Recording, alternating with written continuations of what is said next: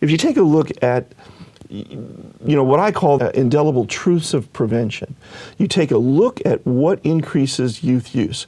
We know that if you increase the availability of a drug in any community, then you're going to increase youth use. Yeah. We know that. If you advertise it, as they do in California, they have billboards. Children and youth are very susceptible to advertising. You're going to increase youth use. If you take a look at how people feel about marijuana and you reduce that to where they feel, well, that's not a problem, then you're going to increase use. So those three things all come together in a perfect storm when you normalize marijuana. So within those states that have normalized it, that have legalized it, youth use has gone up quite substantially. When I was talking about this 4 years ago, we were somewhere around, how many people in the United States met the criteria of addiction, and it was 2.7 million people, about, the size of Chicago. Today, so many years later, it's over 4 million. I mean, that number in just that number of years. In just that number of years because of the increased use. And I'm not saying that everybody's going to have addiction problems or that everybody's going to have health problems, but for those who do have it, we'll put a burden on not only themselves but on the public health system, and we'll have problems down the road. Yeah. And of course we need to take a look at those issues, not only whether it's marijuana or alcohol or tobacco, and take a look at all that. But for those who think, well, marijuana's no big deal, they're fooling themselves. Yeah. When you take a look at marijuana, you've got some of the properties of tobacco, but you also have some of the properties of alcohol. So you've got smoking, you've got whether it's vaping, you've got intoxication. So you really kind of have beer and cigarettes kind of combined in marijuana. Both of those issues in one, and yet as we've been moving forward, people are saying, well, why is marijuana over here? Why don't we just make it like beer and wine? Why don't we do the policies for marijuana just like we do for beer, just like we do for wine? And the thing that I looked at as we were moving towards this, I thought, why would you do that? I wouldn't suggest it by any state that alcohol is good, sound drug policy. I certainly wouldn't No success story, that's for sure. I certainly wouldn't say that for cigarettes. I mean, when you take a look at the tobacco industry, how they created the cigarette, which has got to be the worst consumer product ever made, to take tobacco, be able to package it so that you can have a cigarette real quick, you can smoke it, to add more nicotine into it, to infuse that, to make it more potent, to make it more addictive. Market the little heck out of it so that everyone wants one, candy cigarettes. Sure, and what have we done with marijuana? You take a look at marijuana plant in its natural state from 1,000 years ago, and you look at marijuana with a THC content of 1%. That's right. Maybe a little more. But as we've learned more about growing, about cross-pollination, about how to move certain plants away, increase that potency, we started to go, and this was in 2014 when we stopped looking at the potency of marijuana. We had the Marijuana Potency Project, and we stopped looking at it when it was 14%.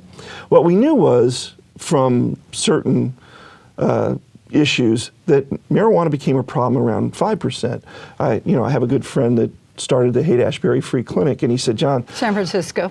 Yeah, I've been doing this for decades, and I started it in the 60s.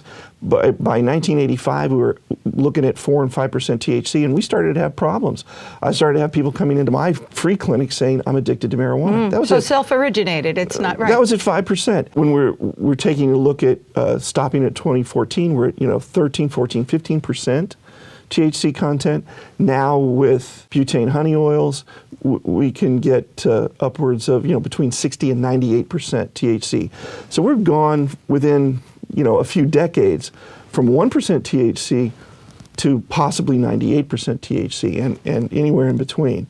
And that people aren't really trying to seek out that 1% ditchweed anymore. No. You're looking at the higher potency, and with that higher potency, becomes more problematic. But I am not even sure how much parents know about what's really out there, what our children are exposed to in today's marijuana. Yeah. There's a New York Times article on this, and where a reporter went to, I think it was Colorado, and ate a brownie and had an episode. That's right, McDowd, or it's Maureen, right. And she was not a conservative reporter. She was there to actually, I think, document the... Yeah, she hadn't used since college, I think, and went there and had an episode. But there are also other episodes of, of problems. But the bottom line is marijuana potency has increased. We've had more issues. And when people have an understanding of marijuana from 20, 30 years ago, right, and they're not aware of what's going on today, then, they sometimes make choices based off of those decisions or that knowledge of 30 years ago. And it may be even a vote because they just don't know, they're not aware. But also, as that happens, I was out there in Colorado when they were looking at legalizing, and they wanted to know what would possibly be some of the negative impacts. And I said, the one thing that you're going to look at is you're going to look at two vulnerable populations, and that is youth and minority communities. And in those two populations, you will increase use, and it's going to be hard to turn that around. Wow. How was that accepted? Well, they kind of blew it off. They didn't believe it, and of course there was the other side that said that wouldn't happen. But now, a few years ago we had a Denver Post article that said the vast majority of the marijuana shops are in minority communities. Why? Because any industry of addiction, whether it's alcohol or tobacco, you're going to put your product in vulnerable communities. And the problem with some underserved communities is that they don't have the $50,000 to get through treatment. And in youth, the issue is that we know that the younger they are when they start, we call it age of onset, the earlier the age of onset is, the much harder it is to get off of later. So if you're an industry of addiction, you're trying to get to youth, and you're trying to get to underserved populations. And we know that through the tobacco industry. We know that they were targeting children, because if kids could smoke at an earlier age, they knew that they had them, and they had them for life. So these documents came out as a result of major pressure on them. I mean, the jig was up. We knew that people were dying, and it was directly related to tobacco. But Sure. what they found was that they knew it. I'm not going to name names, but these big tobacco companies, and they lied about that. Sure, they knew it was addictive. They lied about it. They knew the problems, but all of it came out, and they were busted for it. And that's what happened. That was the master settlement agreement. It all came out, and it cost them billions of dollars, but at countless lives. Yeah. We've got to realize that we lose almost 500,000 people a year to tobacco. I mean, certainly we're frustrated by the opioid epidemic of 70,000 people, 70,000 lives lost a year to opioid addiction. But to cigarette addiction, we're losing almost 500,000 people a year. When you compare that to World War II, we lost 430,000 soldiers in World War II. In the whole world war. In a world war, we lose that every year to tobacco, and so perspective. We haven't gotten tobacco right, and then we're trying to model marijuana off of tobacco policy. We certainly have had problems with alcohol, which we've had since the founding of our nation. There were certain experiments where we've tried that didn't work. Prohibition.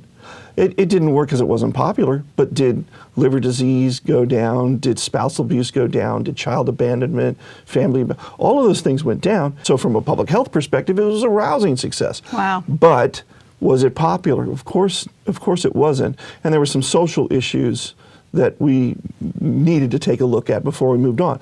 So I'm not saying we've ever got it right with alcohol. Certainly we haven't gotten it right with tobacco. And then we want to move on to marijuana and not get that right. Yeah. And not to mention the vaping industry. The vaping, where they said, oh, well, now that's much more healthy than really? By what standard, and where's the research on it? Now it's coming out that it's not. Yeah. So, you know, we haven't got that right.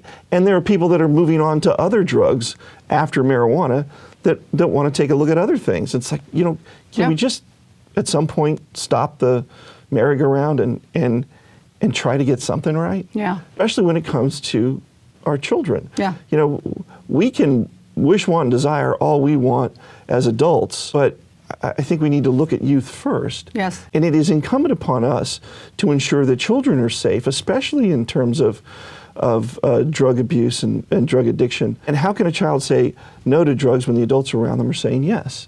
It's impossible.